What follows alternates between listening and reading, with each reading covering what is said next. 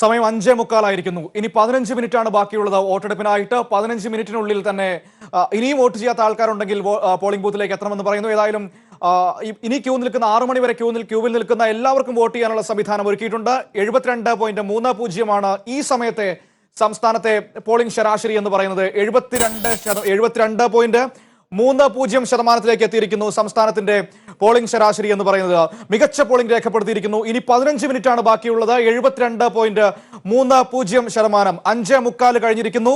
6 മണി വരെയാണ് പോളിംഗ് സമയം. 6 മണിക്ക് ക്യൂവിൽ നിൽക്കുന്ന ആളുകൾക്കും വോട്ട് ചെയ്യാനുള്ള അവസരമുണ്ട്. 72 കേരളം ഇതുവരെ രേഖപ്പെടുത്തിയിരിക്കുന്നത് 72.30% വോട്ട്.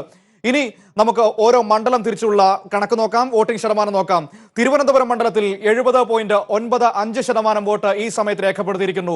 വോട്ടെടുപ്പ് അവസാനിക്കാൻ 15 മിനിറ്റ് ബാക്കിയുള്ളപ്പോൾ തിരുവനന്തപുരം, തലസ്ഥാന നഗരമായ തിരുവനന്തപുരം ഉൾപ്പെടുന്ന തിരുവനന്തപുരം മണ്ഡലത്തിൽ 70.95%. അടുത്ത മണ്ഡലമായ ആറ്റിങ്ങലിലേക്ക് വരികയാണെങ്കിൽ 71.53% വോട്ടിംഗ് ശതമാനം ആറ്റിങ്ങലിൽ രേഖപ്പെടുത്തിയിരിക്കുന്നു. ആറ്റിങ്ങലിലും മികച്ച ഒരു വോട്ടിംഗ് ശതമാനം തന്നെയാണ് നമുക്ക് കാണാൻ വേണ്ടി കഴിയുന്നത്. 71.53% വോട്ടിംഗ് ആണ് ആറ്റിങ്ങലിൽ രേഖപ്പെടുത്തിയിരിക്കുന്നത്. അടുത്ത മണ്ഡലമായ കൊല്ലത്തേക്ക് നമുക്ക് വരാം. കൊല്ലത്തും ശക്തമായ വോട്ടിംഗ് ശതമാനം തന്നെ കാണാൻ കഴിയുന്നു. 70.66% വോട്ടിംഗ് ശതമാനം കൊല്ലത്ത് രേഖപ്പെടുത്തിയിരിക്കുന്നു. 70.66 എന്ന ശതമാനമാണ് കൊല്ലത്ത് ഇപ്പോൾ നമുക്ക് കാണാൻ വേണ്ടി കഴിയുന്നത്. 70.66%. 5:45 കഴിയുമ്പോൾ കൊല്ലം രേഖപ്പെടുത്തിയിരിക്കുന്ന പോളിംഗ്.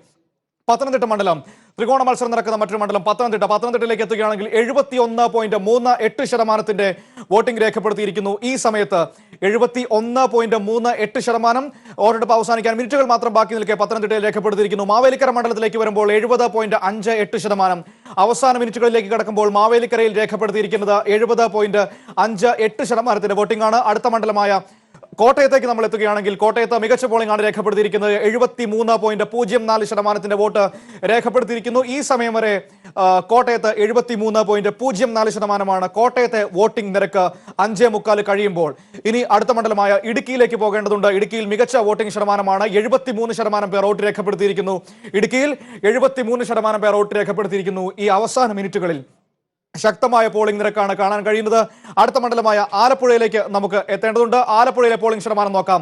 74 കടന്നിരിക്കുന്നു. ആലപ്പുഴയിൽ പോളിംഗ് ശതമാനം 74.17. ആലപ്പുഴയിൽ അവസാന മിനിറ്റുകളിൽ മികച്ച പോളിംഗ് നടക്കുന്നു. രേഖപ്പെടുത്തിയിരിക്കുന്നത് 74.17%.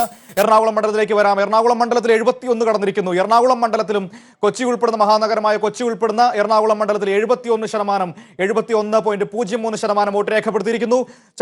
അടുത്തത് നമുക്ക് പോകേണ്ടത് ചാലക്കുടി മണ്ഡലത്തിലേക്കാണ്. ചാലക്കുടി മണ്ഡലത്തിലെ വോട്ടിംഗ് ശതമാനം നോക്കാം.